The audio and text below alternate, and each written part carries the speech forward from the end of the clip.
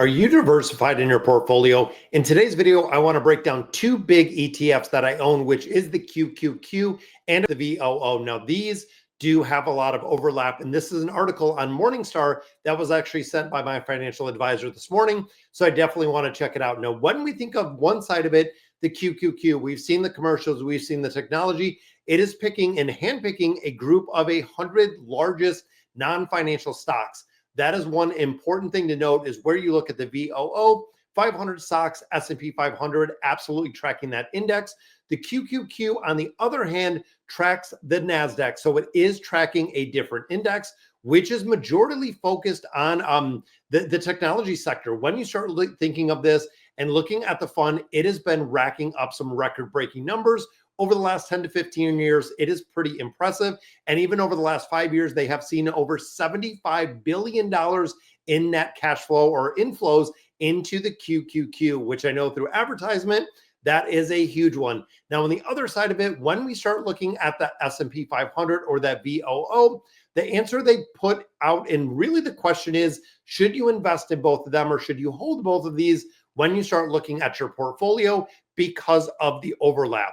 Now, the big thing, of course, two benchmarks fundamentally have some differences in a lot of different ways. And of course, they do hold the technology sector because of the market weighted cap, both of these.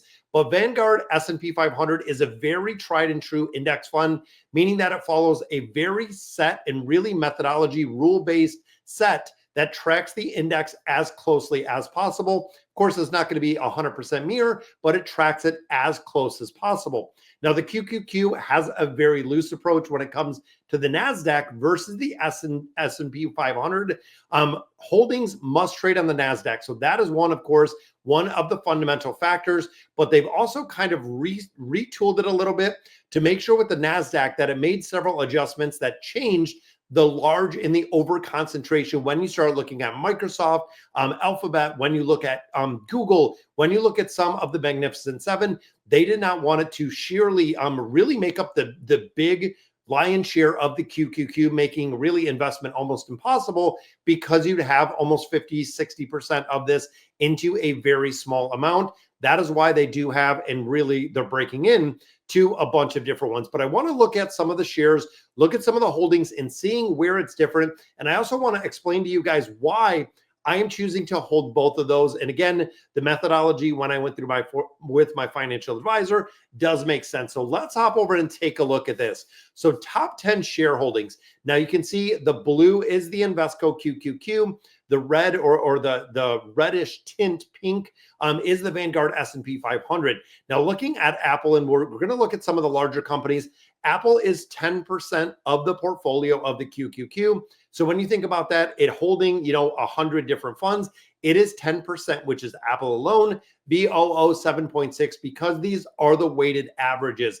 It's not based on anything but the sheer dominance, the sheer size of the companies in relationship to the rest of the market. Same with NVIDIA. When you think of NVIDIA, 8.5% of the portfolio or the fund in there, and then the VOO is 6.6. So you can see where some of the offset with the VOO does come from. And you can see, including Microsoft, we have Amazon in here, Tesla's in here, Meta, Google, all of these are in here, really making up the top 10 shareholdings and a big bulk of this itself. When you start breaking down exactly what you do carry in here, a bulk of it is into these larger tech companies because they are just absolute gigantic. Now, when you start looking, some of the 5% of the Invesco QQQ holdings, again, aren't held by the S&P 500. That is something to note. Now, this is interesting, again, when it comes to overlap, and that is why I wanted to cover this, is when we start looking at overlap, the QQQ versus the VOO, right here, you can see this little top part, what funds are held in each one. The blue represents the QQQ holdings not held in the VOO. So in QQQ, we have 5.2%, which means 95% of the holdings that are in the QQQ are also in the VOO. So when we think of that, looking at the kind of the technology sector in the VOO, 95% of this is overlapped. But When you start doing it the other way and looking at the VOO in comparison to the QQQ, you can see the number is greatly different. 94% of VOO holdings not held in the QQQ. This is the reason why we think about this S&P 500 index fund and looking at 500 plus companies in there versus the ones that we hold in the QQQ. This is where the diversification comes from. Now, of course, the concentration is much higher because you do have the overlap like we just talked about. Now, my logic and my thought behind this is I want a lot more exposure to those large cap funds. I want a lot more exposure to the technology and, the funds that are held within the QQQ is the reason. So fundamentally, the way that I see this and the way that we kind of discussed it, when you start looking at the QQQ, it is about growth. It is about AI. It is about technology. It is about quantum computing. It is about those large companies that are in really that technology space that can rocket really to the moon. When we think of NVIDIA, when we think of some of these tech companies that have just literally skyrocketed, a lot of people are saying the price to earnings ratio might be a little bit too high, might be out of whack for how much money they can generate. But when we start looking at the growth factor, this is very important because the portfolio has to grow. We're willing to take a lot more risk holding on to and having that QQQ, which as of right now, I believe it is 35% of the portfolio. And then, of course, the VOO is really poised in my 3 ETF portfolio as the foundation. So when you think of the basis, when you think of the VOO, you're investing essentially in the 500 largest companies in the United States. That includes all of the ones that we looked at, but it also includes all of those financial companies like JP Morgan Chase that are just absolutely monsters, Berkshire Hathaway, that are really, really huge ones really within the space, making it and really adding a little bit more diversification in there with the VOO as that foundation. Now for the VOO, I do hold it as 30% of the portfolio. So between both of those, it is 65% of the portfolio. So well over half the portfolio, but not quite 3/4 of the portfolio is held in these. Now, like I said, the VOO acts as that foundation, meaning we have exposure to those financial sectors. We also have, the consumer staples. We have the industrial. We have a lot of things held in the VOO that we are not holding or that we do not see in the QQQ. That is why 64% of it does not overlap with what the VOO holds in relationship to the QQQ. Now, the big thing to remember with this is very similar performance for both of them, but there is a little bit more downside risk. So when we think of technology, it really does have the very high highs. It can also have those very low lows that we've seen for the correction in the market when we've seen, the tech bubble, when we've seen a lot of different things. Market drawdowns go and are really amplified when it comes to something like the QQQ because it is so heavily vested in tech. When we start looking at the market downside, this is March 20 to 22. Now, of course, this was the big tech bubble right here, down 76%. Now, I know for these 2 years following this, S&P 500 down 32% was a really, really big drawback. However, when you think of investment and when you think of investment strategies, I utilize and I've always utilized the dollar cost averaging strategy.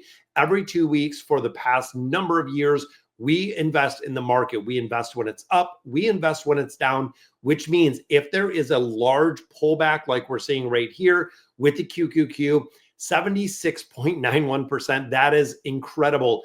There are so many people all the way down that would just be cashing out, making this and driving this ETF right to that 76% loss.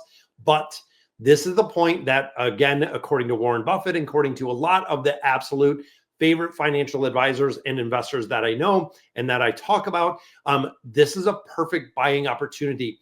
If I could buy everything in that QQQ trust at a 76% discount, think about it shopping. If you go to the store, if you're going to your favorite store and you see a 76% sale or a massive, massive discount, this is the time when you need to be dollar cost averaging in.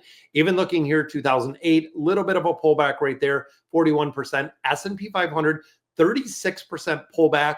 Again, when you think of the ability to buy when there's blood in the streets, when these are red, that is the time you need to be really investing. When there is a really big greed factor, that is the time you might need to save some of that cash, just like Warren Buffett does. on the sideline. Even here, 16 and 13, 27 and 33. And then, of course, right here in 22, we've seen a big pullback of the QQQ and the Vanguard. I bought it the entire time. Now, as a result of this, I started investing into my 3 ETF portfolio in 2021. So the market was doing well. 22, we've seen a pretty big pullback. Now, 23, 24, of course, were double-digit years for growth overall.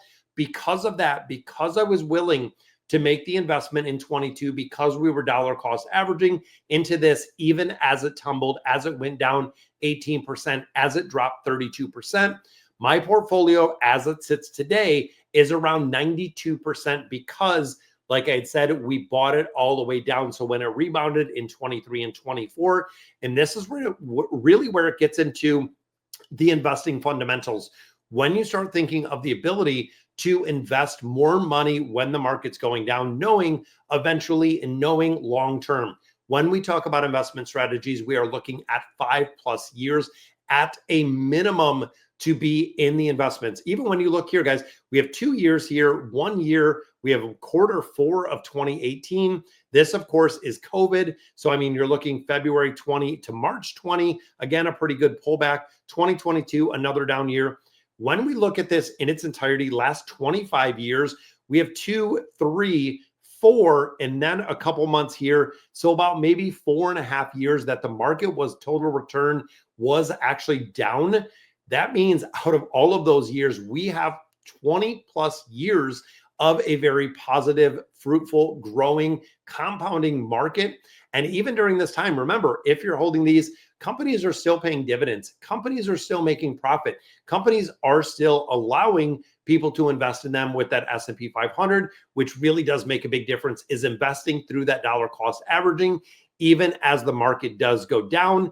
And of course, when we start looking at valuations, we talk about the P&E ratios a lot because it does make a big difference. When you start stacking high and really high value tech companies, this is why the price and earning ratio can go a lot higher in like an Invesco QQQ, because you're eliminating all of the sectors that have a lower P&E ratio, which of course can drive the Invesco QQQ much higher when it comes to the P&E ratio. Even looking as it sits today, it's about 34.03 for the P&E for Invesco, where the Vanguard is at 27. So even though they're 5, 6, 7 points apart, still very, very close in comparison to pulling out a lot of sectors that are underperforming or a lot of sectors that have a much lower P&E ratio overall. So does it make sense in conclusion to invest in both?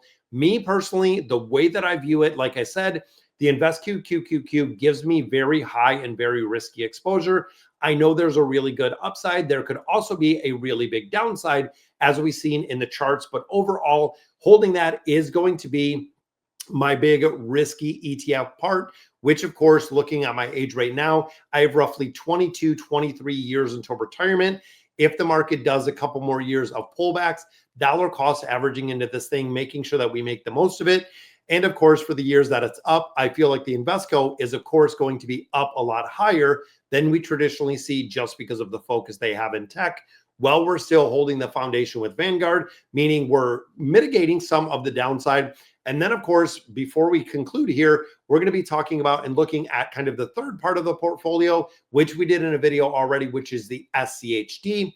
That is covering, and that is really a little one that builds dividend ETF and really produces income is what I'm looking for to invest money and use that income to invest in the QQQ, S&P 500, the SCHD, and also that Bitcoin ETF that we picked up a couple percent in just to make sure we have some exposure to the cryptocurrency. So again, when you think of the portfolio, that 30% of the SCHD is one that we're not going to see very highs. We're not going to see a lot of very low lows, but overall, it is going to provide a lot of stability to the portfolio in itself. So when you break out and you look into one ETF itself, like this Invesco ETF or the Vanguard ETF, it really paints a skewed picture in my mind. When I start seeing it and when I start seeing, putting them one versus one, there's a reason to invest in the QQQ and the Vanguard S&P 500. And honestly, a lot of people are saying investing into the value S&P 500 versus investing into right now into really technology. But honestly, like I said, with the mitigation and being able to hold a multitude of portfolios in there and really building out a couple different ETFs, it does make a big difference. Sorry, guys. So that is going to do it for today's video. Let me know in the comments what you think about these two ETFs. And as always, thank you guys for watching.